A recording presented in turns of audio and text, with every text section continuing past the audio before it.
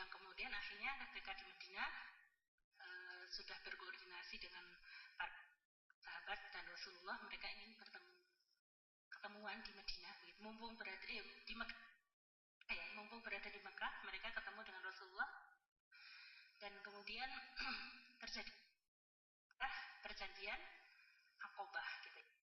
Baiatur Aqobah. Baiat Aqobah itu baiat dari 75 orang Madinah, ya, baiat untuk setia, untuk taat dan patuh pada Rasulullah dan ajarannya, untuk membela apapun yang terjadi dan lain sebagainya seperti itu gitu ya. Nah, itu baiatul Aqobah yang kedua gitu ya, karena sebelumnya ada baiatul Aqobah yang pertama ya, yang kedua ini seperti itu. Dan kemudian setelah para sahabat itu ya merasa di Madinah benar-benar menjadi negeri harapan begitu ya, di sana sudah banyak orang,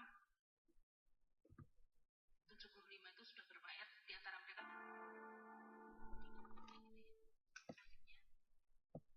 banyak sekali sahabat setelah baiat, sahabat-sahabat di Mekah itu yang kemudian hijrah secara sembunyi-sembunyi, 2 orang, 3 orang begitu ya, itu pada hijrah ke Madinah gitu. Padahal kan perjalanan cukup jauh ya, perjalanan cukup jauh, mereka tidak mengetahui apa yang akan terjadi perjalanan, boleh jadi akan dirampok, dibunuh ya, harta bendanya yang bisa dibawa itu akan diminta gitu. Terus kemudian di Madinah bagaimana kehidupannya, mereka tidak memikirkan itu. Yang penting keimanan bisa terselamatkan dan mereka bisa ibadah dengan sebaik-baiknya, dan mereka kalau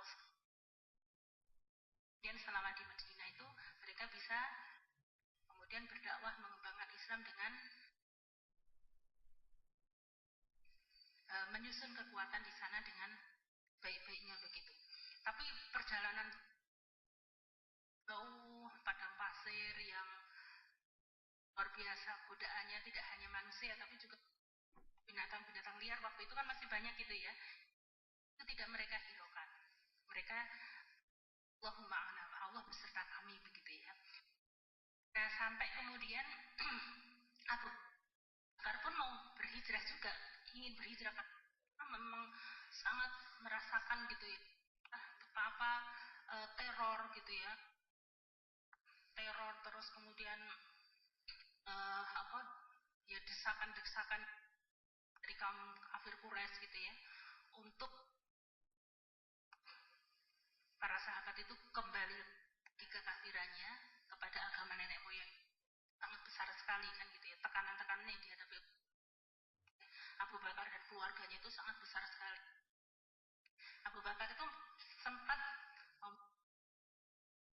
izin juga kepada Rasulullah untuk hijrah gitu ya, untuk hijrah ke Madinah, yang kemudian memang berharap nanti diikuti oleh Rasulullah. Abu Bakar maunya kan di hijrah dulu di Madinah, nanti mempersiapkan segala sesuatunya, kemudian Rasulullah hijrah gitu kan. Tapi Rasulullah tidak membolehkan ya, tahanlah sebentar wahai Abu Bakar, aku berharap engkau akan mendampingiku ketika aku hijrah gitu kan. Nah, kemudian orang kafir Quraisy itu mengetahui gitu ya, bahwa banyak sahabat Rasulullah itu pada hilang gitu ya, dan mereka kemudian mencari-cari kabar, dan memang sebagian besar itu pada hijrah ke Madinah. Dan kan orang-orang kafir Quraisy waktu itu kan biasa mengadakan perjalanan bisnis gitu ya ke Syam ya, sekarang Suriah gitu kan, yang kemudian juga tidak jauh dari Madinah lewatnya itu gitu ya. Nah, itu mereka mendengar bahwa Islam itu sudah berkembang sedemikian yang luar biasa di Madinah itu gitu ya. Kekhawatiran mereka semakin besar gitu ya. Mereka membayangkan kalau Islam itu kemudian berkembang di sana, boleh jadi nanti mereka kan merasa sudah begitu jahat gitu ya kepada orang-orang Muslim gitu loh. Mereka khawatir nanti perjalanan bisnis mereka ke Syam yang melewati jalur dekat Madinah itu akan dihalangi oleh orang-orang Muslim itu sebagai balas dendam. Pemikiran mereka kan seperti itu gitu ya, sebagai balas dendam gitu. Maka akhirnya begitu ya, mereka berpikir tidak bisa tidak gitu ya, ujungnya atau pentolannya gitu ya, intinya dari kekuatan Islam itu harus dilenyapkan. Mereka kemudian bersepakat untuk membunuh Rasulullah gitu ya. Di sini diceritakan pada tanggal 26 Safar gitu ya, 26 Safar. Ada yang apa, tahunnya itu tahun ke-14 kenabian, ada yang mengatakan tahun 13 kenabian gitu ya. Tanggal 26 Safar itu tokoh-tokoh dari 7 kabilah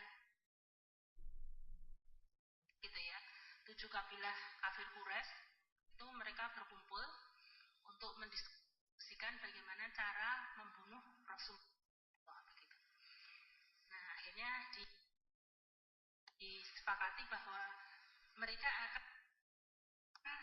mengutus pemuda yang terkuat, terberani dari masing-masing kabilah itu. Masing-masing kabilah itu memiliki wakil, sehingga kalau kemudian mereka bersama-sama bunuh Rasulullah, kan tidak ada kabilah yang merasa terlangkahi atau apa, karena itu udah kesepakatan dan masing-masing ikut terlibat gitu ya, tidak ada nanti silang pendapat dan lain sebagainya seperti itu. Nah, kemudian akhirnya mereka bersepakat itu dan mau mengeksekusi hari berikutnya. Itu kan tanggal 26, tanggal 27-nya mereka akan mengeksekusi 7 orang dari kabilah itu, perwakilan dari kabilah itu mengepung rumah Rasulullah begitu. Tapi setelah rapat di Darun Najwah itu ya, itu kemudian Allah memberitahu kepada Rasulullah melalui malaikat Jibril tentang rencana orang-orang kafir Quraisy itu yang ingin membunuh Rasulullah itu. Pada tanggal 27 Safar siang gitu ya, itu Rasulullah diam-diam berangkat ke rumahnya Abu Bakar dan kemudian membicarakan tentang rencana hijrahnya. Abu Bakar memang sudah menyiapkan 2 unta yang karena memang Abu Bakar sudah mau hijrah kan awalnya gitu ya, tapi kemudian dibilangin Rasulullah bahwa yang nanti akan saya harapkan menemani aku. Begitu semangatnya Abu Bakar untuk mengumpulkan terlebih dahulu bekal-bekal untuk nanti hijrah. Jadi memang Abu Bakar itu sudah mengumpulkan, mempersiapkan bekal-bekal begitu ya, termasuk 2 unta yang memang sudah disiapkan begitu ya. Nah, kemudian Abu Bakar siap-siap di rumah, terus kemudian Rasulullah pulang lagi ke rumahnya, kemudian menyuruh Ali untuk nanti tidur di Rasulullah dan mengenakan jaketnya Rasulullah gitu ya, mengenakan jubah hijaunya Rasulullah, jubah yang di Hadramaut gitu ya, tidur gitu ya, biar seolah-olah orang-orang kafir Quraisy yang bisa mengintip gitu ya Rasulullah itu menyangka bahwa Rasulullah masih tidur di situ. Nah, kemudian tanggal 27 malam gitu ya, orang pemuda-pemuda yang berasal dari 7 kabilah itu sudah berkumpul. Tidak hanya 7 pemuda, tapi juga ditambah beberapa orang lagi begitu yang berkumpul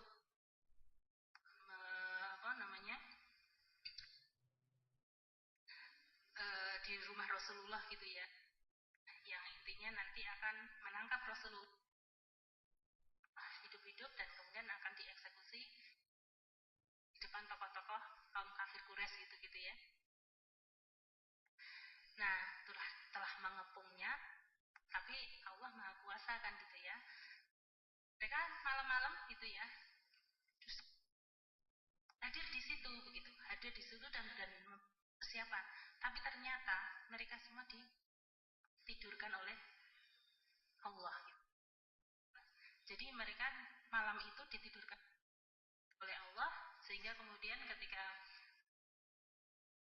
Rasulullah akhirnya keluar melalui jendela gitu ya, melalui jendela keluar dan Ali memang tidur di depannya Rasulullah. Ali memang disuruh untuk apa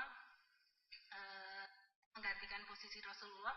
Kekuatan keberanian Ali kan juga luar biasa ya, dan Ali dititipi barang-barang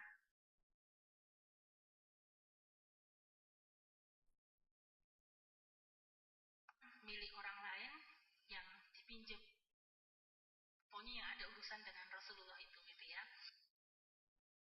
Ali memang disuruh tinggal dulu, jangan hijrah dulu tapi tinggal dulu untuk menyelesaikan urusan muamalahnya Rasulullah dengan masyarakat di Quraisy itu gitu ya.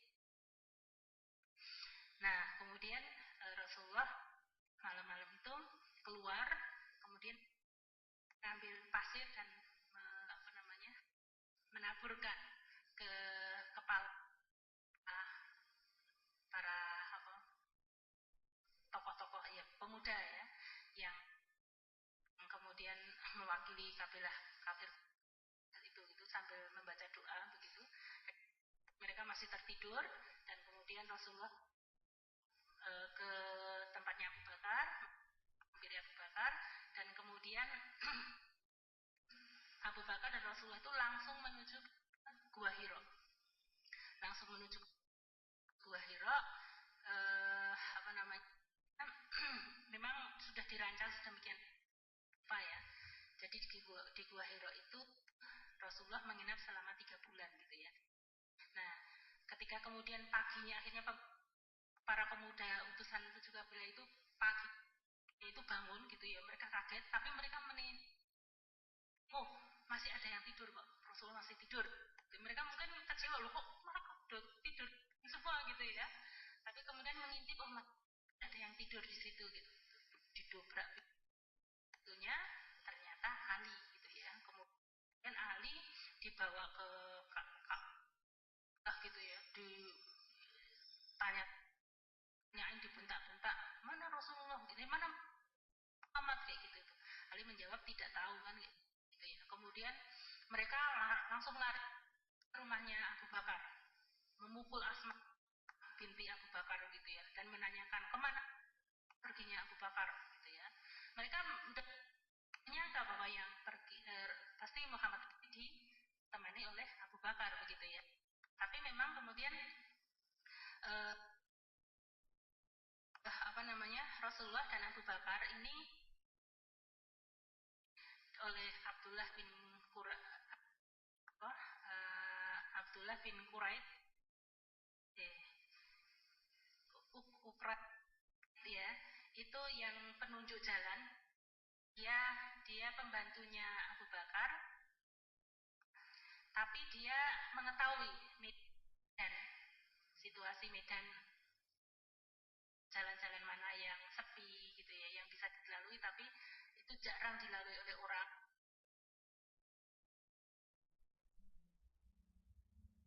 gitu ya, sepi gitu ya, untuk menghilangkan jejak dan lain sebagainya seperti itu gitu ya. Nah kemudian akhirnya itu Rasulullah dan Abu Bakar langsung ke Gua Hira dan di situ bermalam 3 hari. Kalau sore gitu ya, kalau petang gitu, itu Abdullah bin Abu Bakar itu datang ke Gua Hira itu untuk menyampaikan berita-berita yang berkembang. Jadi ketika ketika siangnya gitu Abdullah bin Abu Bakar itu gitu ya, itu kan nguping ke sana kemari gitu ya, apa yang terjadi dengan kaum kafir Quraisy yang memang kemudian kita bisa bayangin gitu ya, gempar gitu loh. Kok Muhammad sudah hilang gitu. Rencana kita jadi batal kan gitu ya. Padahal direncanakan sudah sedemikian rupa dari berbagai waktu dari kabilah begitu kan. Akhirnya kan gagal total begitu karena ternyata Rasulullah atau Muhammad gitu ya, mereka itu sudah lepas gitu ya, sudah hilang dan jejaknya itu tidak diketahui pergi kemana gitu kan. Nah, akhirnya mereka itu rapat-rapat lagi kan gitu ya, tokoh-tokoh kafir Quraisy itu rapat lagi sampai kemudian mengumumkan sembara itu ya, barang siapa yang bisa menemukan Muhammad gitu ya, kan Rasulullah itu mendapatkan hadiah 100 onta. Biasa ya 100 onta. Kalau sekarang onta sekarang itu harganya berapa Mbak? Itu dikalikan 100 lah ya, sebenarnya kan luar biasa gitu ya. Dan mereka mencari kemana-mana gitu ya, ke berbagai jalur itu mereka cari gitu. Itu semua direkam oleh Abdullah bin Abu Bakar gitu. Setiap malam Abdullah bin Abu Bakar itu menyampaikan informasi ini kepada Rasulullah, dan kemudian bersama Asma itu ya, mereka benar-benar apa namanya, sambil menjaga supaya tidak diketahui gitu. Abdullah bersama Asma itu bawa makanan gitu ya, termasuk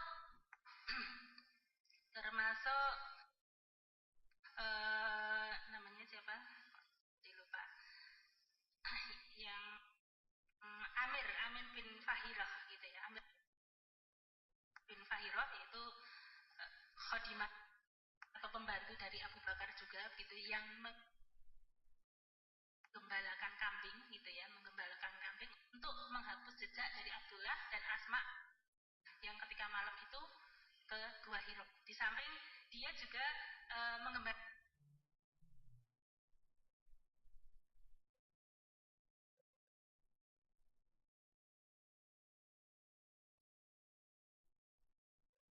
kambing dan kemudian berhenti di dekat Gua Hiro. Gua Hiro ya, tempat bermalamnya Rasulullah, tempat apa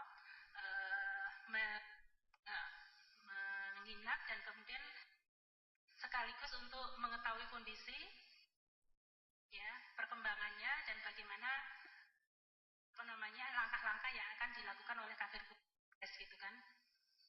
Nah, itu apa Amir bin Fahiro itu membalakan kambing tidak jauh dari Gua Sur itu, supaya kemudian di situ langsung bisa diperas susunya dan kemudian diberikan kepada Rasulullah dan Abu Bakar untuk bisa diminum di situ gitu ya. Di samping juga menghilangkan jejak dari kaki-kaki Abdullah dan Asma gitu ya, yang setiap malam itu selalu memberikan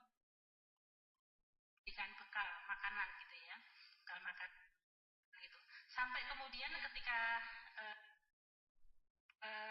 siangnya gitu ya, siangnya itu orang-orang kafir Quraisy pada mencari gitu ya, pada mencari, sudah ada sampai ke Gua Sur juga gitu. Sudah ada sampai ke Gua Sur juga, sampai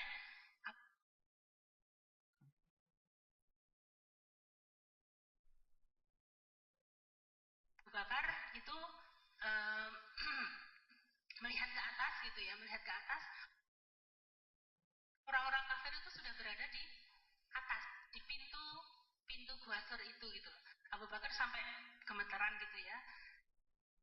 Kalau saja mereka menengok ke bawah saja, menengok agak nunduk kayak gitu, mereka sudah bisa melihat Rasulullah dan Abu Bakar. Tapi sebagaimana yang kata Rasulullah, ya Abu sesungguhnya kita itu tidak berdua, tapi kita itu bertiga bersama Allah. Allahu ma'ana gitu ya. Janganlah kamu takut, janganlah kamu bersedih. Allahu ma'ana. Allah beserta kita gitu ya. Kemudian memang dalam riwayat ada yang menyatakan bahwa di mulut gua Sur itu gitu ya, itu ada laba-laba yang bikin sarang, itu kelihatan kalau tidak buat lalu lalang orang gitu ya. Pun cerita-cerita itu hadisnya itu doif ternyata Mbak. Kalau misalkan ada burung dara yang bertelur di situ kayak gitu tuh, itu yang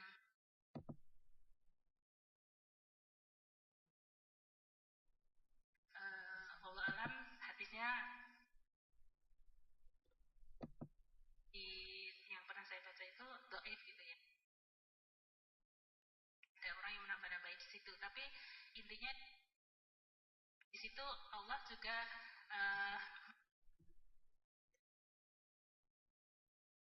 memperlihatkan kekuasaannya gitu ya, bahwa orang sudah sampai Gua Sur itu tetap kemudian tidak menjumpai Rasulullah di situ, dan mereka tidak masuk gitu loh. Kalau mencari beneran masuk gitu ya, masuk dan ngupek-ngupek lah kayak gitu. Jadi mereka hanya melihat sekilas itu, nggak mungkin ini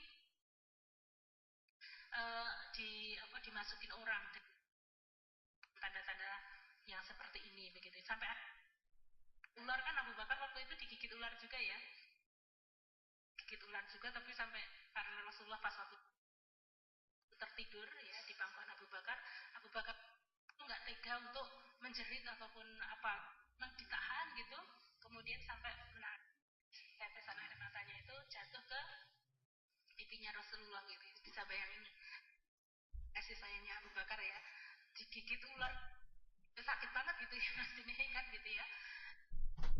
Nah seperti itu. Terus kemudian setelah 3 hari gitu ya, setelah 3 hari kan sudah agak turun apa namanya, suasana di Mekah itu, mereka sudah mencoba mencari kemana-kemana kayak gitu kan gitu ya. Akhirnya mereka terus sayembara itu kan gitu ya, dengan sayembara itu mereka berharap bahwa banyak orang yang akan mengikuti sayembara itu, sehingga kan di berbagai pelosok itu nanti akan bisa ya diharapkannya mereka akan ditemukan gitu ya, menemukan dengan dari orang-orang yang ikut sayembara itu kan gitu ya. Nah kemudian setelah suasana sudah agak reda, tidak terlalu panas tentang hilangnya Rasulullah dari Mekah itu gitu ya, maka diputuskanlah waktu itu hari Senin ya, hari Senin malam diputuskanlah Rasulullah dan Abu Bakar ditemani oleh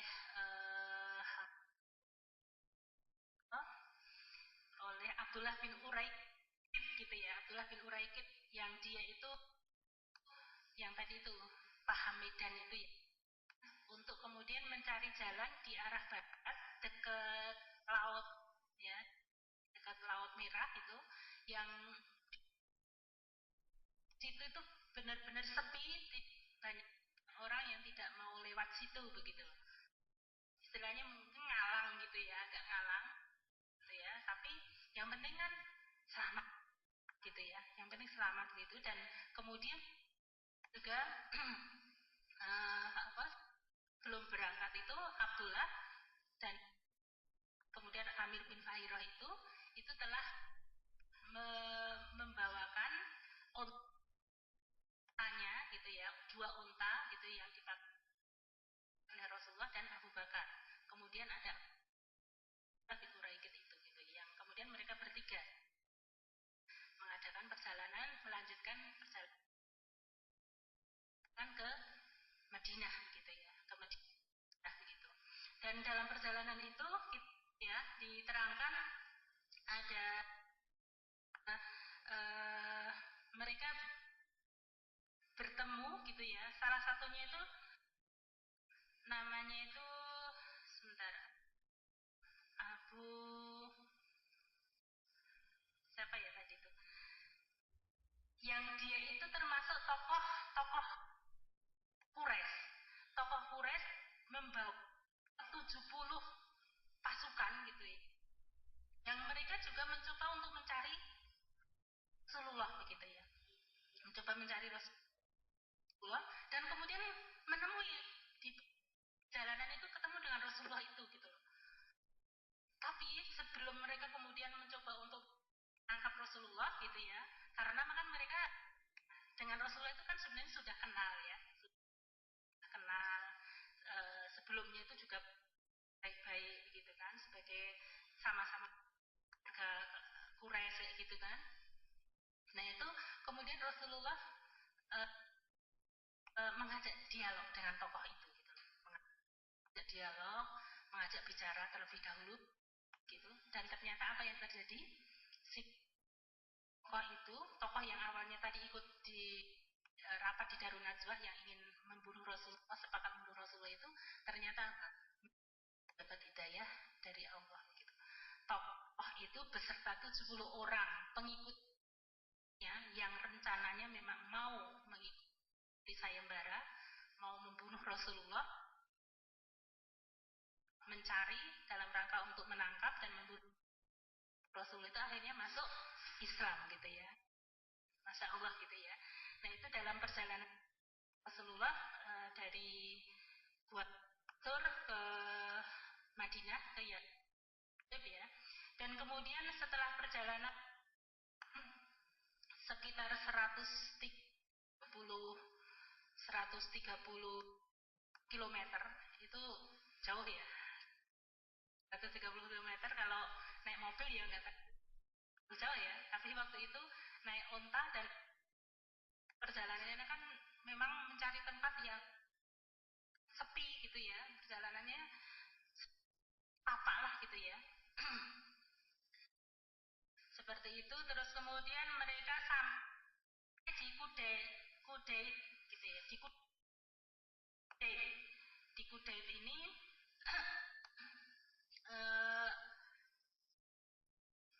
kemudian mereka melihat ada tenda gitu ya, setelah perjalanan jauh gitu kan, capek sekali, perbekalan juga sudah sangat menipis begitu kan ya, karena setelah dari Gua Tur itu Abdullah sudah tidak lagi bersama Asma, sudah tidak lagi menyusul untuk memberi makanan gitu ya, untuk menyusulkan makanan, untuk menyusulkan minuman, enggak gitu, hanya apa-apa yang bisa dibawa untanya Rasulullah dan apa namanya Abu Bakar itu gitu ya, sehingga perbekalan sudah menipis gitu kan. Nah kemudian Rasulullah melihat tenda itu, dan di tenda itulah Ma'bad beserta suaminya dan satu anaknya yang namanya Ma'bad itu tinggal gitu ya. Kebaikan dari Ma'bad dan suaminya yang memang secara ekonomi sebenarnya sangat sangat biasa sekali gitu, tapi di sini diceritakan bahwa Ma'bad itu terbiasa untuk membantu orang-orang yang dalam perjalanan dan kemudian sempat singgah di rumahnya begitu ya. Karena memang kita bayangkan orang-orang zaman dahulu kayak Aminah istrinya Abdullah ibunya Rasulullah itu saja kan berasal dari Madinah gitu ya. Jadi pernikahan antar daerah yang cukup jauh itu juga sudah terjadi gitu kan. Sudah terjadi begitu. Nah itu apa umum itu memang telah bersama dengan suaminya gitu ya, telah dikenal, mereka terbiasa menjamu orang-orang, berbuat baik dengan menjamu orang-orang yang singgah dari perjalanannya singgah di kemahnya itu begitu. Mereka memang mengupayakan untuk membangun kemah di situ itu supaya mereka bisa memberikan jamuan-jamuan, bantuan-bantuan kepada orang-orang yang perjalanan gitu ya, yang sempat mampir di situ begitu. Nah, kemudian akhirnya Rasulullah pun mampir di rumahnya Ummu Ma'bad ini gitu ya. Dan kemudian Rasulullah dan Abu Bakar itu berniat untuk membeli daging maupun susu atau apa saja atau kurma gitu ya yang ada di rumah Ummu Ma'bad itu gitu ya. Namun Ummu Ma'bad mengatakan permohonan maafnya gitu ya, karena memang waktu itu masa paceklik, baru masa paceklik gitu ya, baru masa paceklik sehingga gitu ya persediaan kurma tidak ada begitu ya, daging juga tidak ada gitu, susu pun juga Ummu Ma'bad bilang tidak ada. Kalaupun ada, kalian tidak minta pun sudah kami jamu begitu ya. Tapi karena memang kami ini lagi masa paceklik, kami tidak memiliki apa-apa. Ini suami saya lagi keluar gitu ya, mengembalakan kambing dan mencoba mencari sesuatu yang bisa untuk kami makan kan begitu ya. Nah, tapi kemudian Rasulullah melihat gitu ya, ada seekor kambing gitu ya yang ada di samping tenda dari rumah Ma'bad itu. Kambing betina yang kurus begitu kan, yang kurus kalau di dongeng anak-anak itu memang di gambarnya hanya tulang belulang itu gitu ya, saking kurusnya. Jadi dia tidak ikut diajak untuk di apa? Di ya diajak keluar gitu ya bersama dengan rombongan kambing yang lainnya. Tapi dia ditinggal di rumah begitu ya. Nah, itu kemudian Rasulullah melihat kambing itu begitu ya, dan kemudian apakah kambing itu jantan atau betina? Begitu ya, dijawab oleh Ummu Ma'bad, itu kambing betina. Nah, dia ditinggal karena memang sudah sangat lemah gitu ya, tidak mampu untuk digembalakan keluar rumah begitu ya. Rasulullah mengatakan, apa kami boleh untuk memeras susunya gitu ya. Itu Ummu Ma'bad kaget. Jangankan susu gitu ya, daging saja sudah tidak ya begitu istilahnya begitu kan, kaget begitu ya. Tapi kalau Anda mau silahkan gitu ya, Ummu Ma'bad saking baik hatinya begitu ya, walaupun kaget gitu ya, tapi saking saking ya namanya orang mau berusaha itu gitu ya, silahkan gitu, kalau memang Anda mau mencoba silahkan saja begitu, dipersilahkan oleh Rasulullah oleh Ummu Ma'bad. Maka Rasul mendekati kambing itu dan kemudian berdoa kepada Allah dan kemudian mengusap payudara dari kambing itu gitu. Tiba-tiba kemudian payudaranya itu langsung menggembung gitu ya, langsung membesar begitu, mengembung itu membesar. Dan kemudian Rasulullah meminta bejana kepada Ummu Ma'bad. Ummu Ma'bad kan memperhatikan terus gitu ya. Akhirnya Ummu Ma'bad mengambil bejana itu dan kemudian diperaslah susu dari kambing itu dan keluar. Ini sebagai mukjizat dari Allah, pertolongan dari Allah, keluar gitu ya. Bejananya itu penuh, kemudian Ummu Ma'bad dipersilakan untuk minum. Abu Bakar juga dipersilakan untuk minum gitu ya. Abdullah bin Uraikid juga dipersilakan untuk minum. Semuanya kenyang. Baru setelah kenyang Rasulullah minum. Setelah itu kemudian Rasulullah minta bejananya lagi itu dan kemudian diperas lagi sampai penuh.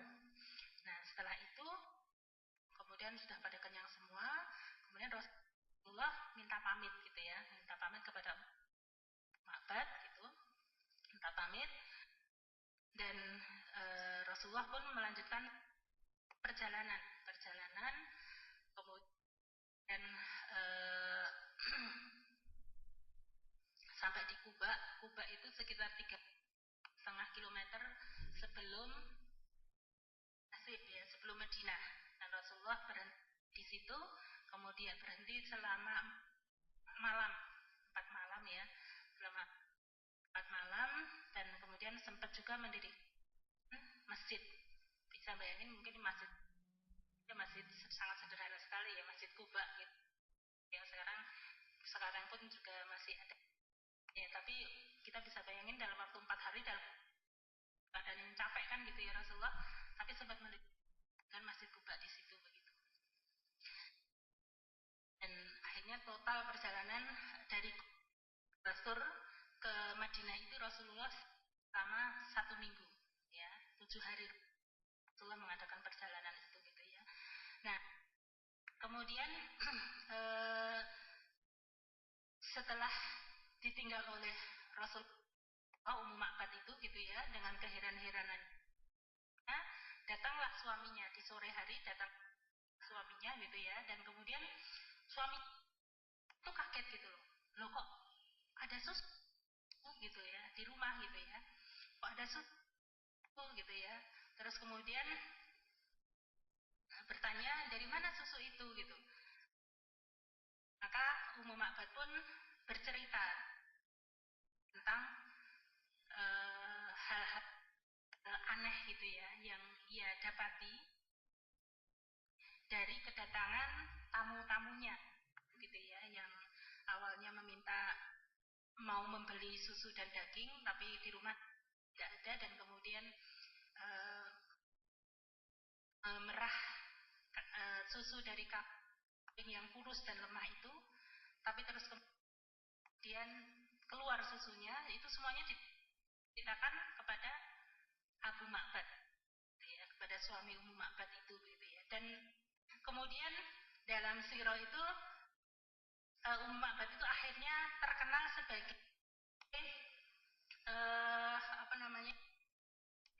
terkenal sebagai seseorang yang pandai bertutur tentang Rasulullah gitu ya.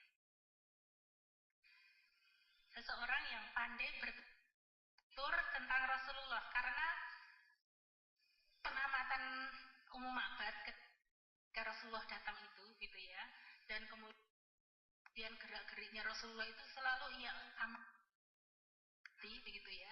Dan kemudian setelah akhirnya ditanyai oleh Abu Ma'bad, itu ternyata Ummu Ma'bad itu menceritakan tentang sosok Rasulullah itu sangat-sangat luar biasa, yang itu kemudian diabadikan gitu ya dalam orang-orang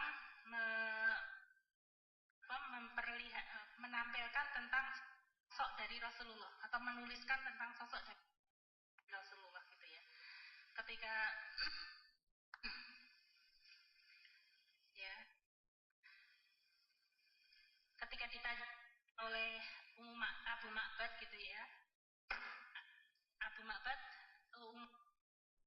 kan bercerita sekilas gitu ya, bercerita sekilas tentang orang itu yang mengatakan seperti ini, demi Allah kata Ummu Ma'bad, tadi ada seseorang yang penuh berkah lewat di sini.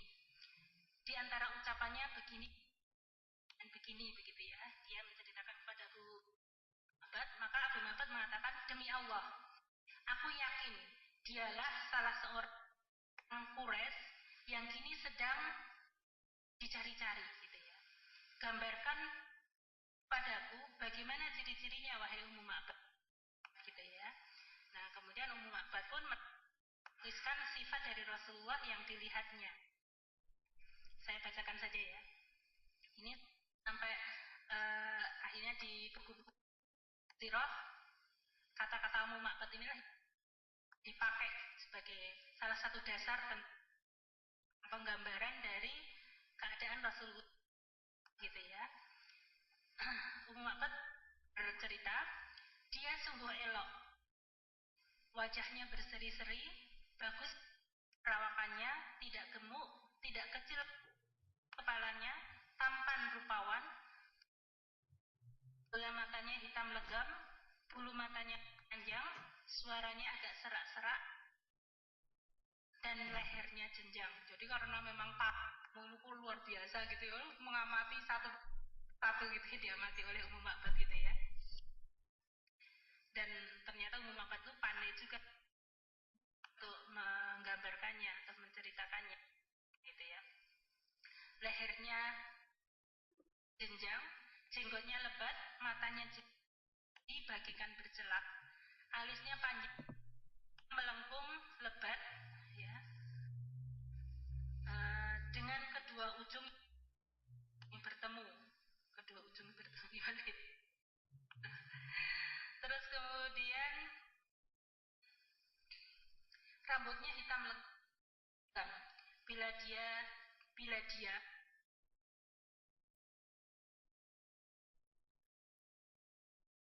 dia nampak berwibawa. Bila bicara, dia tampak ramah. Amat bagus dan elok dilihat dari kejauhan. Amat tampan dipandang dari dekat. Manis tutur katanya, tidak sedikit bicaranya, tidak pula berlebihan. Ucapannya baik, untaiannya bak untaian marjan gitu ya. Ucapannya baik, bak untaian marjan. Perawakan sedang, tidak dipandang remeh karena pendek, dan tak pula enggan mata memandang karena terlalu tinggi. Dia bagi pertengahan antara dua dahan. Dia yang paling tampan dan paling mulia dari ketiga temannya yang lain. Dia memiliki teman-teman yang mengelilinginya. Bila dia berbicara, mereka mendengarkan ucapannya baik-baik.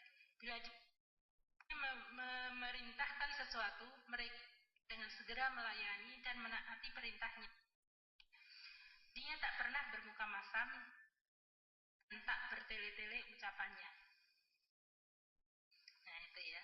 Mendengar penuturan itu, maka Abu Ma'bad pun berkata yakin, demi Allah, dia pasti orang Quraisy yang sedang dicari itu.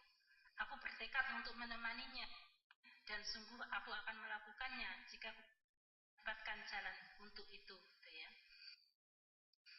Nah, kemudian akhirnya begitu ya,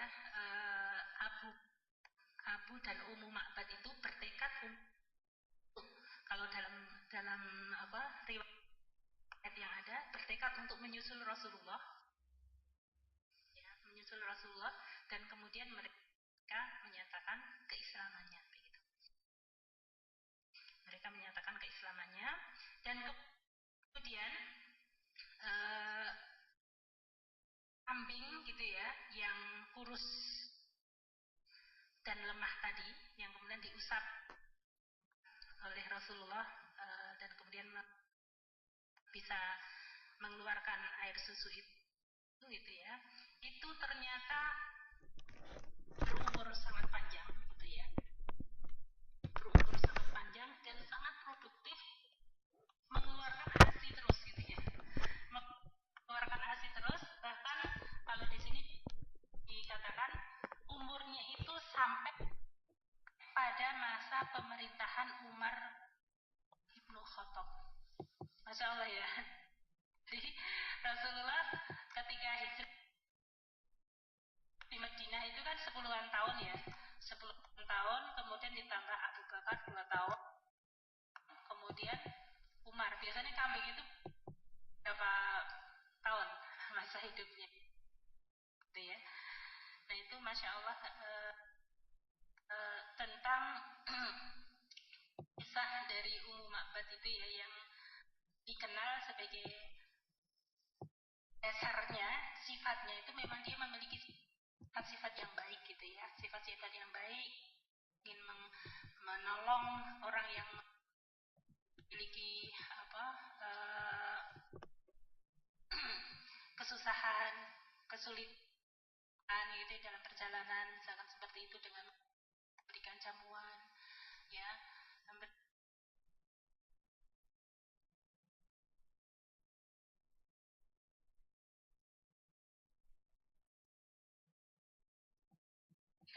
suguhan gitu ya, supaya kembali lagi energinya begitu, dan senantiasa ramah dan berbuat baik kepada siapapun yang sempat singgah di kemahnya itu gitu. kemudian dengan potensi-potensi kebaikannya itu akhirnya Allah memberikan keberkahannya ya, ya keberkahannya dan juga hidayahnya gitu ya, dengan menunjukkan kepada Rasulullah untuk mampir ke tempatnya. Yang kemudian di situ itu semua kan atas kehendak Allah ya, tidak terjadi dengan kebetulan kan begitu ya, atas kehendak Allah. Allah menuntun Rasulullah dan Abu Bakar gitu ya, dan Abdullah Quraisy tadi itu untuk mampir ke kemahnya Ummu Ma'bad, dan kemudian di situ terjadilah mukjizat Allah gitu ya. Dan sebelum pergi itu Ummu Ma'bad dipesan oleh Rasulullah untuk tidak menceritakan pada orang lain kecuali kepada keluarganya tentang apa yang terjadi di rumah dia itu, di tendanya dia itu gitu ya, karena kalau dia menceritakan ke banyak orang pasti orang akan mengetahui bahwa itu adalah Rasulullah kan gitu ya. Nah seperti itu ya, itu cerita sekilas tentang Ummu Ma'bad gitu ya, yang kemudian alhamdulillah dia menjadi pengikut Rasulullah gitu ya, sampai kemudian akhir hayatnya itu kemudian tidak diceritakan lagi tentang bagaimana kelanjutan dari Abu dan Ummu Ma'bad itu. Tapi intinya bahwa mereka kemudian ikut bergabung dengan Rasulullah ya, dan kemudian sebagai para sahabat yang lain, mereka juga mengikuti langkah-langkah Rasulullah untuk menyebarkan risalah Allah itu kepada siapapun orang yang ditemui gitu. Mereka mendakwahkan syariat Islam, ajaran-ajaran dari Allah kepada siapapun yang ditemui begitu ya. Nah itu sekilas tentang kisah dari Ummu Ma'bad ya. Jadi sangat terkait dengan perjalanan hijrah Rasulullah gitu ya. Yang memang kalau dibanyak sirah itu perjalanan hijrah Rasulullah yang luar biasa itu gitu ya. Itu pertolongan Allah sangat-sangat nampak di situ. Salah satunya kayak kan Suraqah itu ya. Suraqah yang kita mungkin sudah mendengar ya, dia penunggang kuda gitu ya, kemudian mendapatkan informasi dari anak buahnya bahwa Rasulullah dan Abu Bakar itu melewati perjalanan ke arah Madinah melalui jalur ini gitu kan. Kemudian Suraqah mengecek Rasulullah begitu ya. Memang dalam benaknya ya, dianya luar biasa gitu kan, dengan aku bisa menemukan Rasulullah ini, aku akan mendapatkan 100 onta gitu kan ya. Nah kemudian sebelum dekat dengan Rasulullah gitu ya, itu selalu saja kakinya kuda itu terperosok gitu ya, akhirnya Suraqah terpelanting sampai 3 kali begitu ya. Dan itu kemudian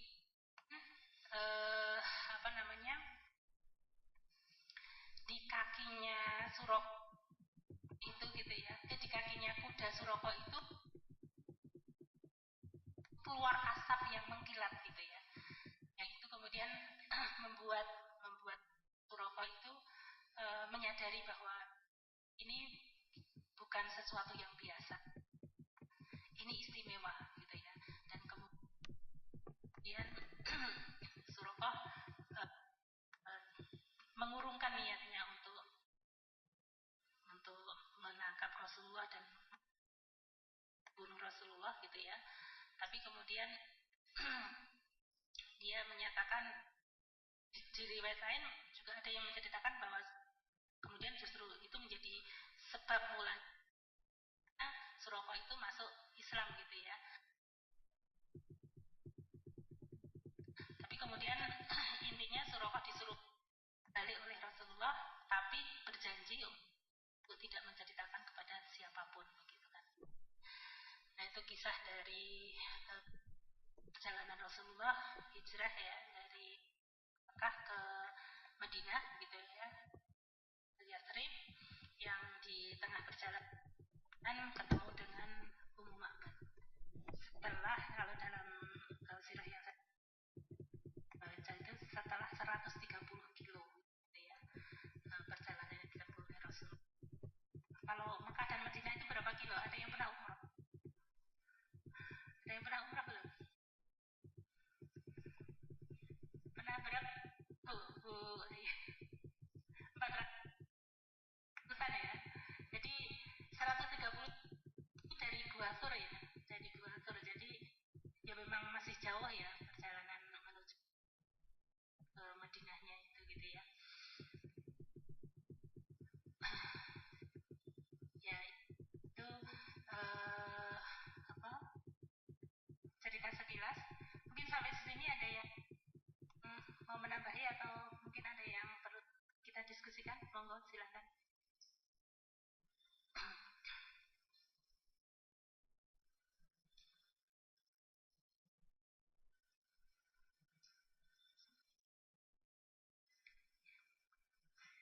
Ya, terima kasih kepada Ustazah Umi Munawirah. Baiklah, kepada jamaah Sinardiah dan pendengar radio streaming radiokarma.com. Sekarang kita akan memasuki sesi tanya jawab. Monggo bagi jamaah yang ingin bertanya, kami persilahkan. Apabila ada yang ingin bertanya.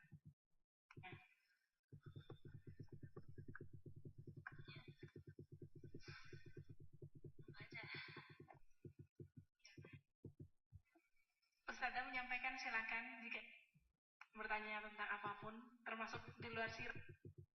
Jika ada yang ingin bertanya, atau mungkin istilahnya curhat ya, kita beri maksimal untuk 2 penanya aja, silahkan. Oh, tadi belum, sebentar ya, sedikit ya Mbak ya. Tadi belum saya sampaikan tentang nama asli dari Ummu Ma'bad itu ya. Nama aslinya adalah Atikah binti Khalid bin Mungkis bin Rabi'ah gitu ya. Dia menikah dengan sepupunya Tamim bin Abdil Uzza bin Mungkis bin Rabi'ah. Jadi Al-Khuzaiyah itu berasal dari nama daerahnya, yaitu dari Khuza'ah ya. Kalau Ma'bad itu adalah nama anaknya ya. Kemudian dia dikenal sebagai Ummu Ma'bad Al-Khuzaiyah. Al-Khuzaiyah itu karena nama daerahnya gitu ya, dia berasal dari Khuza'ah.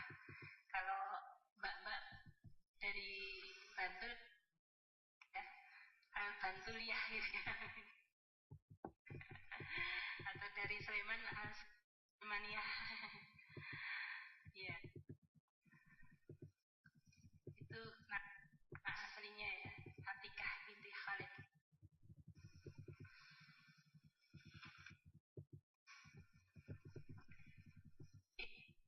Sepertinya tidak ada yang ingin bertanya ya Ustazah ya. Nggak ada? Iya, seperti. Oh ada, satu, sebentar sudah.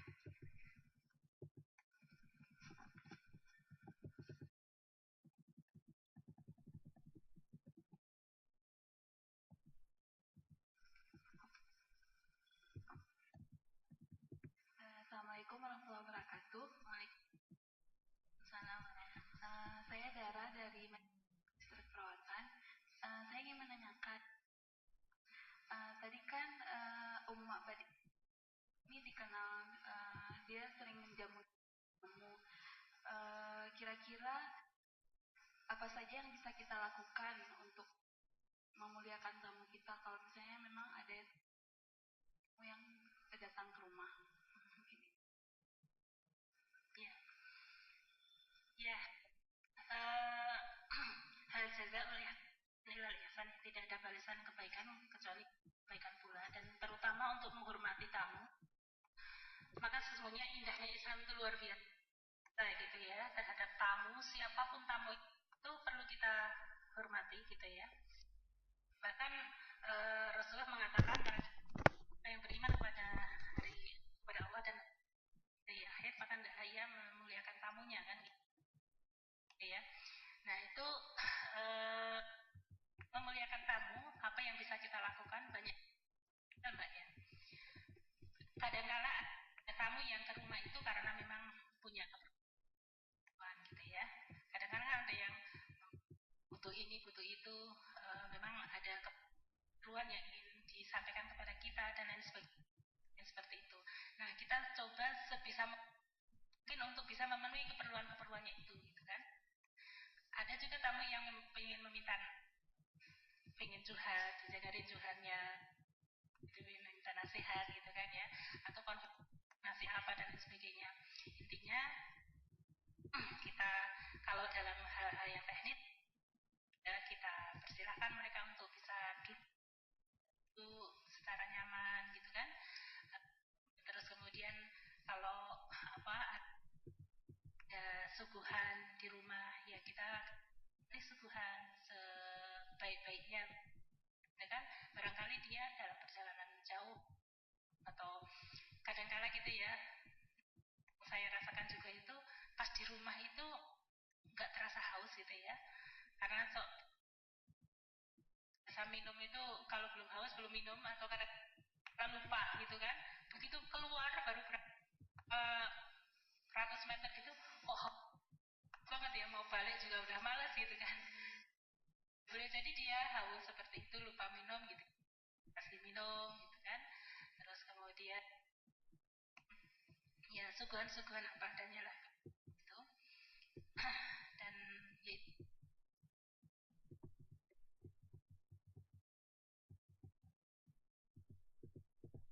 tadi kita terima dengan baik ya,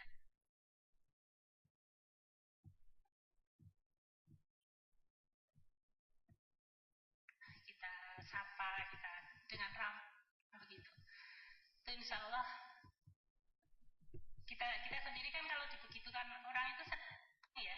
Nah kira-kira apa yang membuat dia senang? Apa yang dia bisa membuat dia gembira dan lain sebagainya. Dan itu perlu sekali ya untuk kita biasakan ya, karena sekarang itu semakin kesana itu orang semakin cuek bertamu itu sama siapa sih gitu ya. Saya baru ya, kita beberapa ibu-ibu itu sepakat ya kalau ada tamu gitu yang kira-kira saya memang perlu untuk kita suruh keluar salaman ya salaman gitu ya, karena saya merasakan sendiri Mbak ya, pernah gitu bertamu ke saudara gitu ya, masih ada saudara gitu, ada anak-anaknya ribut di dalam itu nggak disuruh keluar untuk nemuin kita gitu. Itu asal banget emang apa kita ini waktu itu kita lebih agak apa gitu loh posisinya itu ya punya lah kayak gitu ya, kok anak-anak nggak disuruh keluar kan nanti sambung silaturahimnya gimana kalau seperti itu gitu. Itu jadi pelajaran penting gitu ya, kalau misalkan ada saudara gitu ayo temuin dulu salam salam kayak gitu-gitu. Nah terus kemudian ketika keluar gitu kita ikut mengiringkan gitu ya, ikut mengiringkan itu kan senang ya kalau kamu seperti itu biasanya. Nah itu beberapa hal yang ya sesuai dengan mungkin adat budaya masing-masing juga punya gitu ya, yang kenal sebagai kebaikan dalam budaya itu adalah itu yang kita gunakan, kita lakukan gitu ya. Saya pernah punya tetangga gitu ya dulu yang ya dia pemahaman agamanya sedikit karena memang keterbatasan pendidikan, keterbatasan mbah zaman dulu gitu loh. Kan sekolah aja mungkin sekolah gitu ya. Tapi dia itu punya akhlak yang sangat baik gitu ya. Dan Allah sangat menghargai akhlak baik.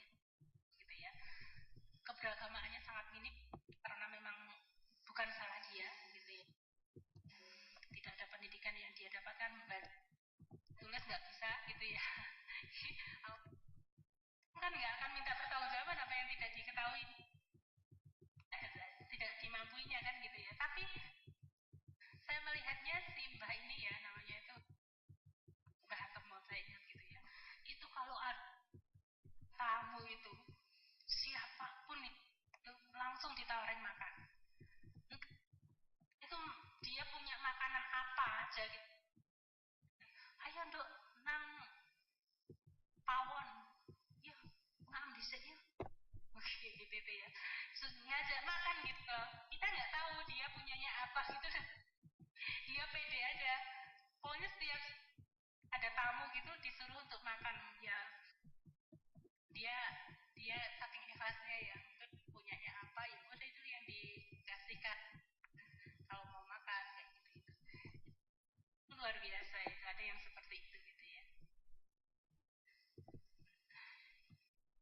Kalau saya juga pernah gitu ya,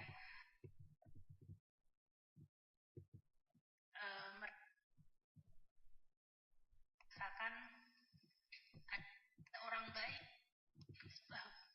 senangnya kayak ini tuh kalau dibaikin sama orang, kemudian pernah gitu ya, saya sama suami itu pada itu tetangga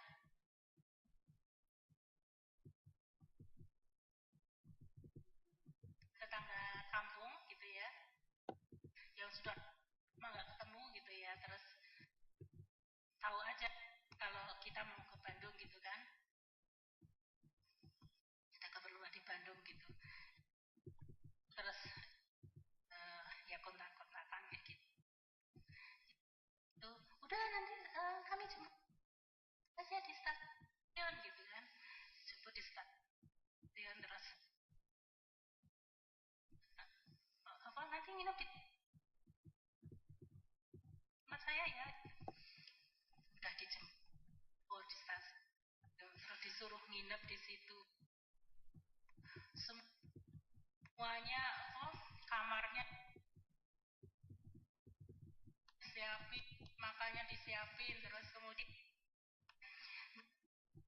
tuh rencana kemana gitu kan, nah kemana gitu, gini gini gini, oh aku tahu tempatnya itu, udah anterin aja gitu. Ya subhanallah gitu, jadi iya, orang kok baik gitu ya, jadi kemana-mana tuh dianterin kayak mobilnya ya, beli sendiri yang nyopir kayak gitu itu, padahal beliau waktu itu janda posisinya ya. Dan suaminya itu yang tetangga kami gitu loh, yang tetangga kami itu suaminya itu janda yang asalnya tuh malah malah bukan, pokoknya bukan daerah kami gitu ya. Itu masya Allah ini Mbak Afif banget banget itu ya. Dan itu terlihat kemudian alhamdulillah anak-anaknya itu pada berhasil juga gitu. Dia kepada kami seperti itu, kemungkinan besar kepada orang lain seperti itu gitu kan. Nah alhamdulillah kemudian karena mungkin banyak orang yang uh, di, dibaikin sama dia gitu kan, kemudian anak-anaknya ikut ter apa terpengaruh enggak gitu, dan akhirnya anak-anaknya banyak misalnya dengan orang lain itu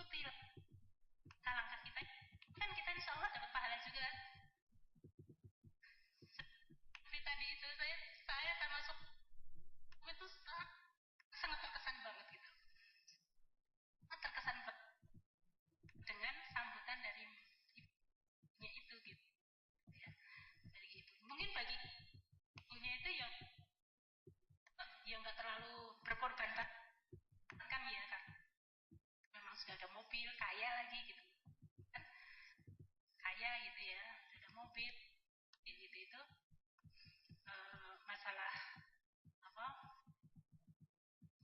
nyiapin kamar sama nyiapin makanan kan memang bisa pembantunya gitu, tapi kan dia nyuruh dia ini kayak gitu ya.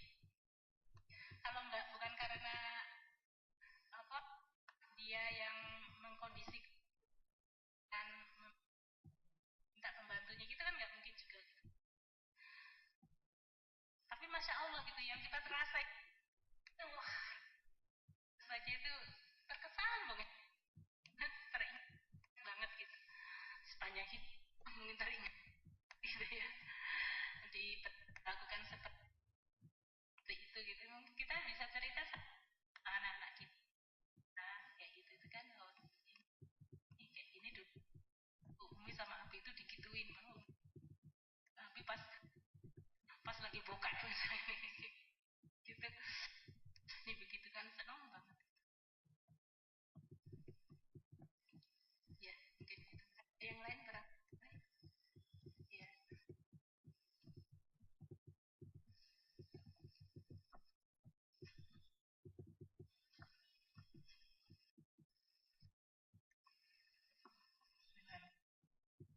Assalamualaikum warahmatullahi wabarakatuh.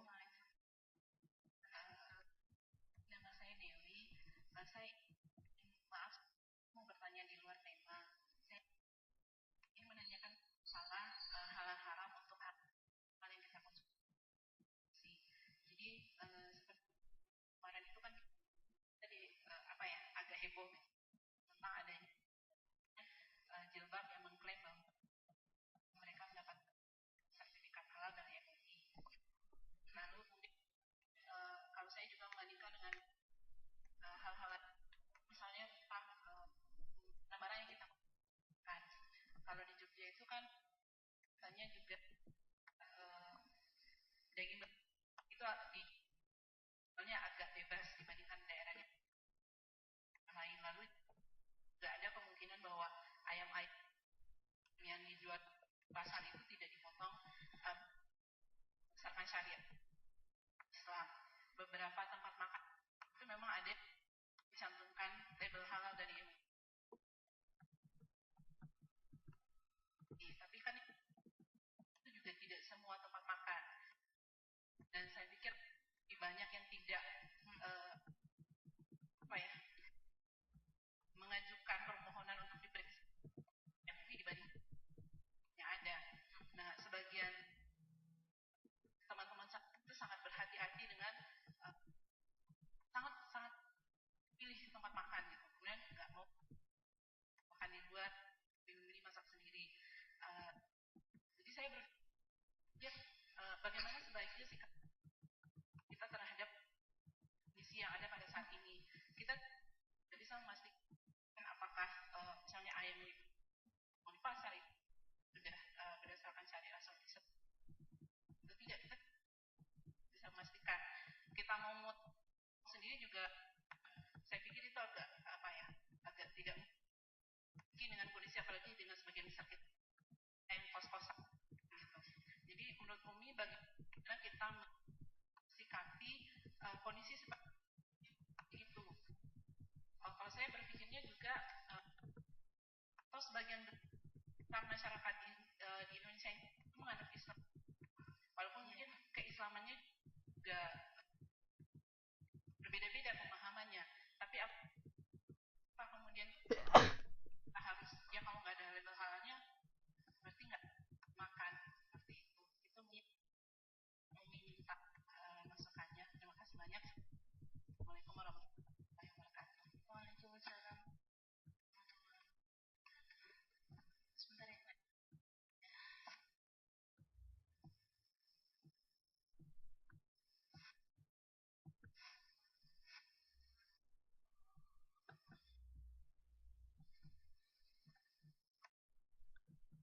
Assalamualaikum warahmatullahi wabarakatuh.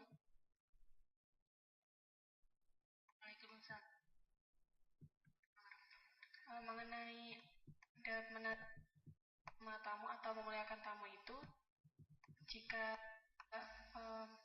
misalkan saya sendiri di rumah gitu menjaga rumah, kemudian yang tamu itu adalah seorang laki-laki, bagaimana sebaiknya kita memuliakan tamu tersebut. Terima kasih.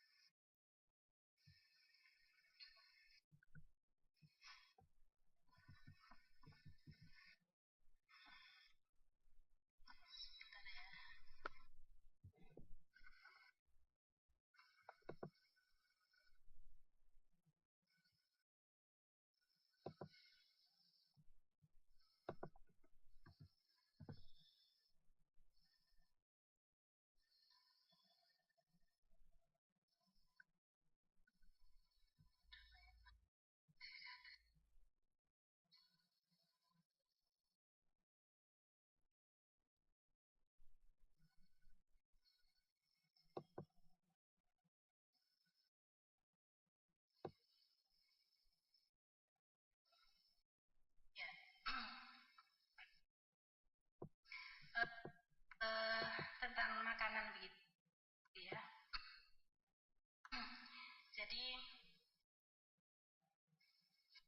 pernah membaca di sini ada satu postingan juga ya dari seorang ya inilah apa seorang ustadz gitu ya. Hukum asal makanan adalah halal jika kita tidak tahu karena tidak bisa mendeteksi kembali pada hukum.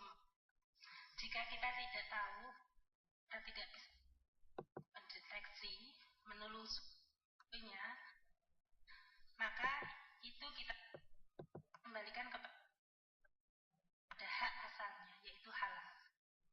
Dalilnya, Aisyah pernah diberi daging dari orang-orang yang baru masuk Islam, yang mereka baru masuk Islam sehingga kan tidak mengetahui tentang halal haram, belum mengetahui tentang halal haram ya. Kemudian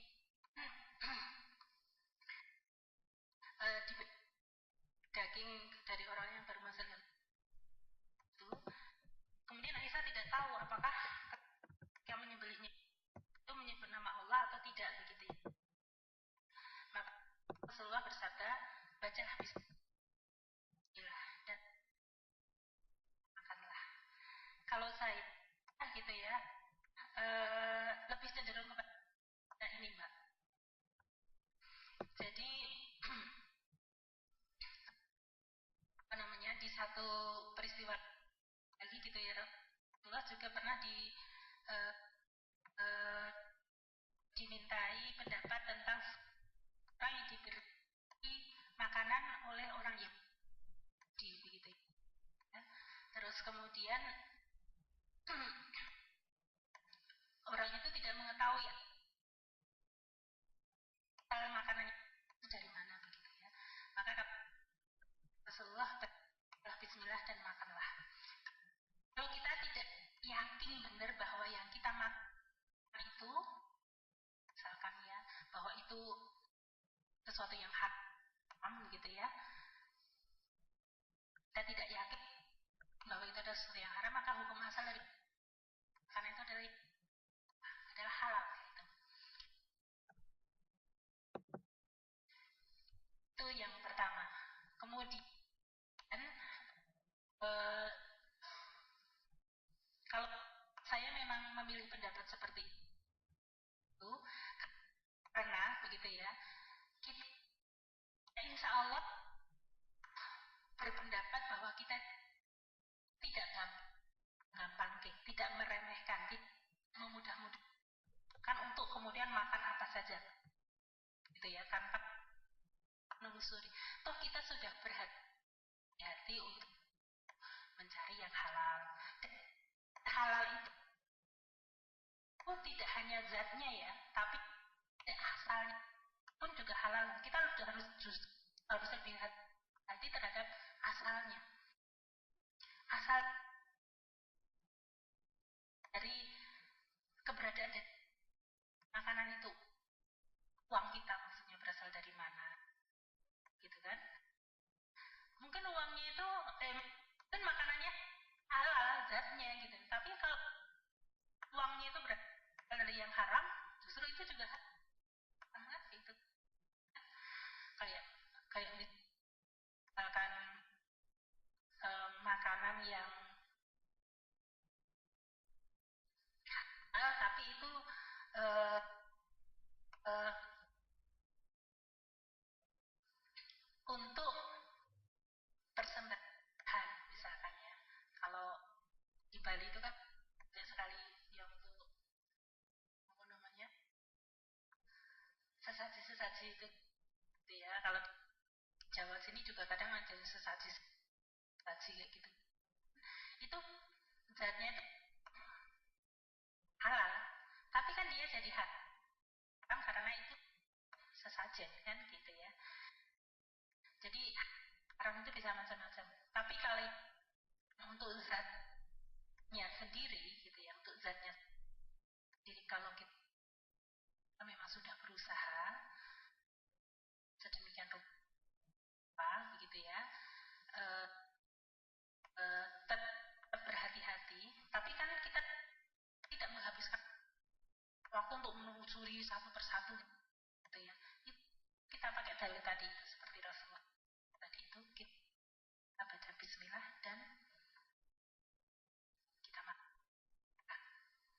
Nah, itu menurut saya membuat kita itu menjadi lebih praktis untuk tidak membuang-buang waktu untuk menelusuri satu persatu setiap makanan yang kita makan.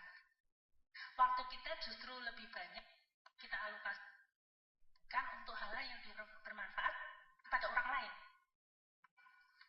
Kepada orang lain, ya, bermanfaat kepada pihak-pihak lain, kepentingan umat, urusan perjuangan yang macam-macam itu gitu loh.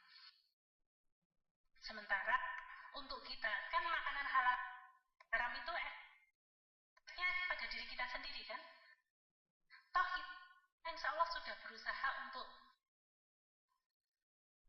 halal gitu loh. Dan bismillah kita pun punya dasar seperti tadi. Dan bismillah maka kita konsumsi dan kemudian kita tidak tersibukkan, tidak tergalaukan oleh hal seperti itu. Pikiran kita, tenaga kita bisa kita alokasikan untuk hal yang produktif yang lain. Menurut saya seperti itu, Pak. Ya, jadi saya sama suami, misalkan sama keluarga, misalkan gitu, ya, kan kadang membangun apa namanya, besok kalau makan misalkan kayak gitu. Kalau kemudian memang kita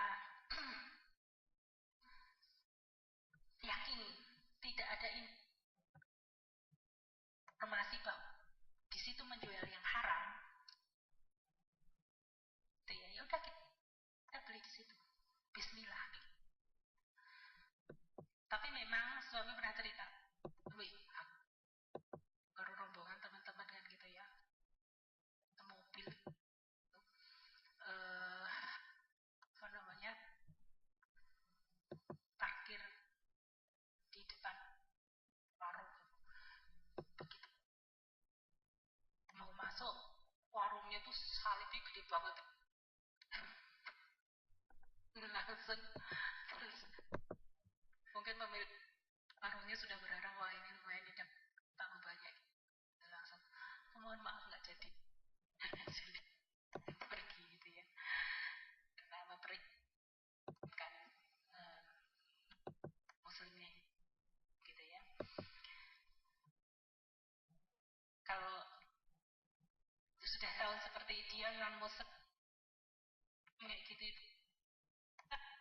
tahu di situ gitu. Tapi kita kan banyak gitu ya, kita juga tidak bisa memastikan semua yang kita makan itu ada label halal dari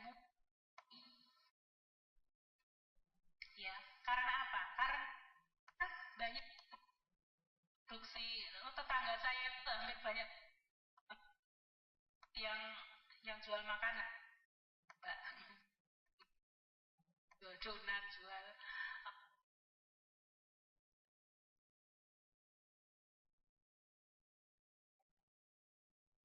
sering pasar itu tetangga-tetangga saya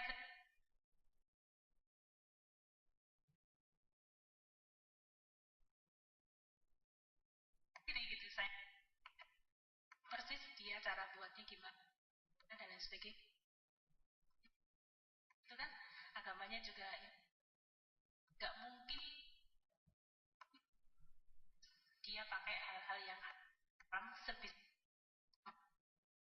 dia lakukan gitu. Wong dia juga ngaji kemen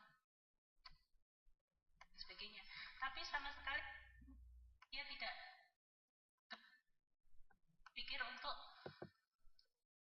cari hal-hal di pom. Oh, prosedurnya aja SDR bayar wong ibu rumah tangga gitu kan. Dia jual di pasar, dia titipin di warung-warung kayak gitu itu. Tetangga depan depan rumah saya ya. Jual gitu itu. Masa saya menyaksikan juga, oh enggak, berhalalnya jangan dimakan gitu kan. Bisa kan gitu. Nah, jadi seperti itu. Islam itu saling ngalamin, simple, ya, tidak tersulit,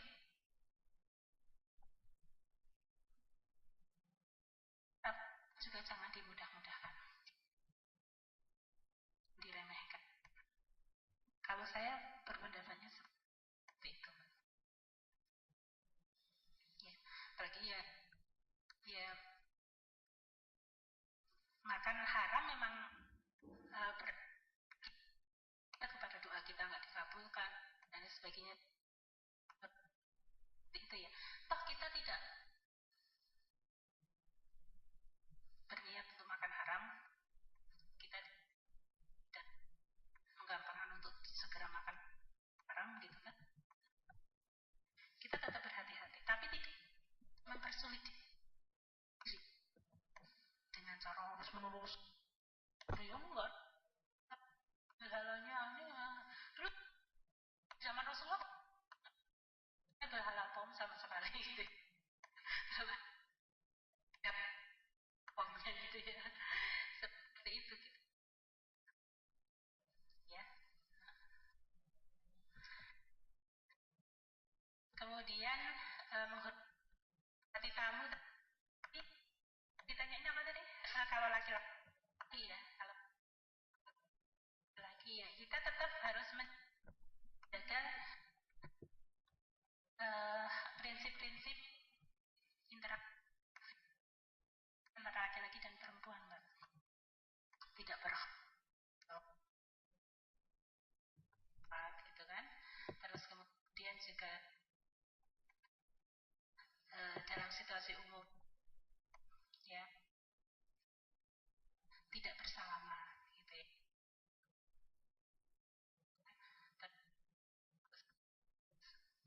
Maksudnya dalam situasi itu secara umum itu tidak bersalaman kita laki-laki dan perempuan, kecuali ada hal-hal gitu, ada hal khusus misalkan ketika ternyata kita menolak aman itu justru mudaratnya itu lebih baik misalkan. Padahal ketika kita dalam aman itu kita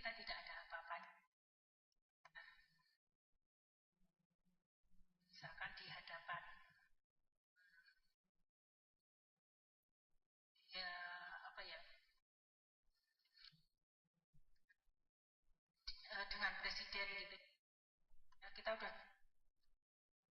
di kamera banyak itu disalami malah nolak salamannya kayak gitu kan, nanti kita bisa disiarkan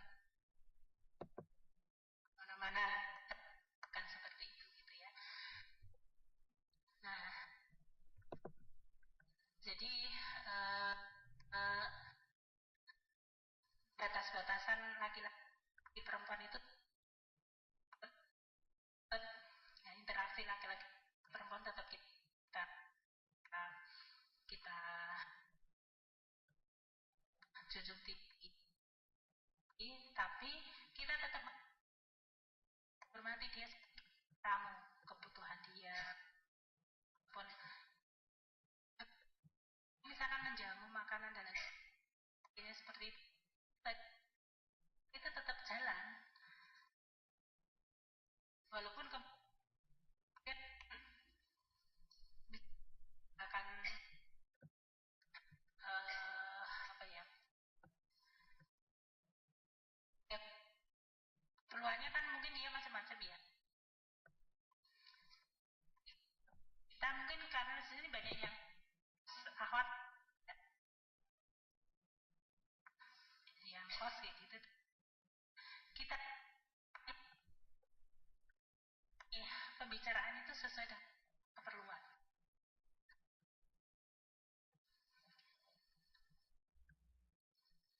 Kalau teman gitu ya, atau misalkan Pak maunya apa, Mas maunya apa yang perlu saya bantu atau apa itu kita ya udah selesai. Kita mencoba ya, kalau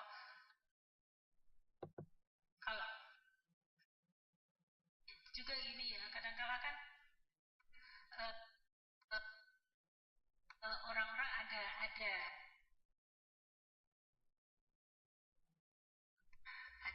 orang tertentu yang tidak tahu tentang etika bertamu, kan ada juga seperti itu gitu ya. Saya pernah gitu ya dapat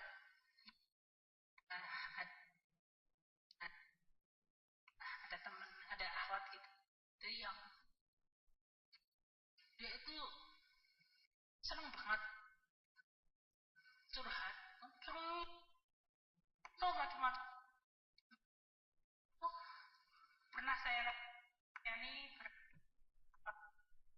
kali itu lama sekali gitu kan, seperti ngalor ngidul dan minta terus beberapa kali gitu.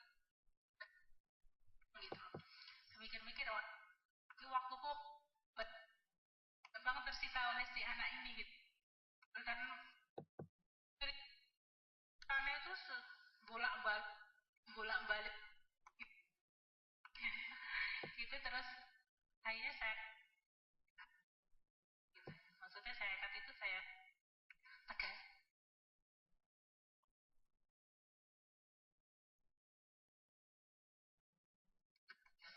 saya tegasin. Terus ya toh saya kan juga punya ada acara yang, mohon maaf ya Mbak, nanti nggak bisa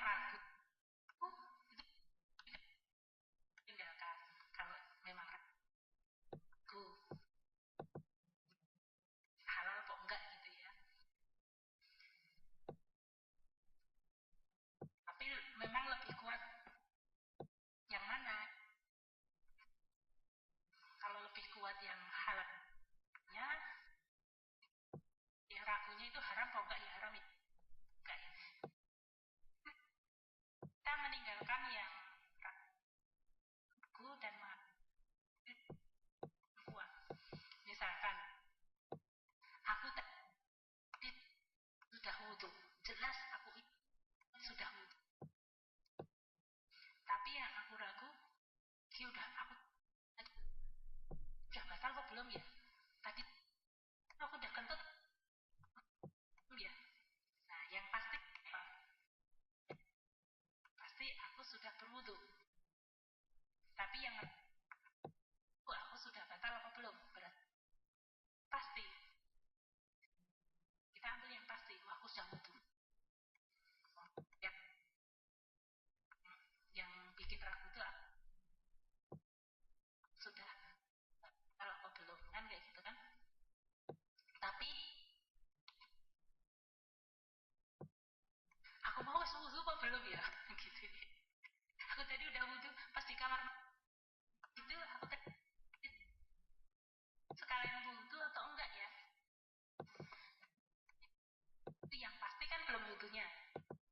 Yang ragu udah wudu apa belum? Berarti kita ambil yang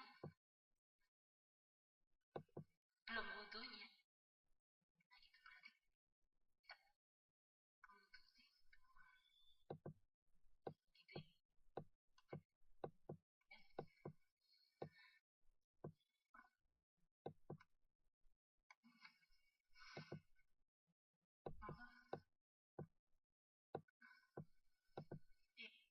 Karena juga setengah kurang 10 menit maka kita kan ya sesi tanya jawab pada ini kita ucapkan jazakallahu khairan katsir kepada Ustaz Munawirah yang telah hadir meluangkan untuk mengisi majelis ilmu dan memberikan kita yang semoga ilmunya itu manfaat kita di dunia ini ya, dan di amalan sendiri bagi ustadzah maupun kita yang di majelis ilmu ini. Kemudian saya sedikit mengumumkan lagi, yaitu karpet sudah bisa diperdengarkan melalui radio streaming dengan mengklik nama website Radio KRPH dengan www.radiokrph.com atau dengan menginstal aplikasi Android dengan nama Radio Slim Multistation. Kemudian bagi jamaah yang berada di Jawa Barat, DKI Jakarta, mendengarkan KRPH di 918 AM Radio El Nuri setiap hari pukul setengah 2 siang. Kemudian bagi para mahasiswa terutama ya yang memiliki akun media sosial dapat mem-add akun FB kami dengan Fosda Masjid Mardiah UGM dan akun Instagramnya dengan Fosda_UGM. Baik, saya akhiri kajian kita hari ini dengan kita beristighfar bersama-sama 3 kali ya. Astagfirullahaladzim, astagfirullahaladzim, astagfirullahaladzim. Kami dari panitia KRPH mohon maaf apabila ada kekurangan dari awal hingga akhir kajian. Segala kelebihan dan kebermanfaat ini datangnya dari Allah. Kita tutup dengan doa kafaratul majelis. Subhanakallahumma wa bihamdika asyhadu an la ilaha illa anta astaghfiruka wa atubu ilaik. Afwan minkum. Wassalamualaikum warahmatullahi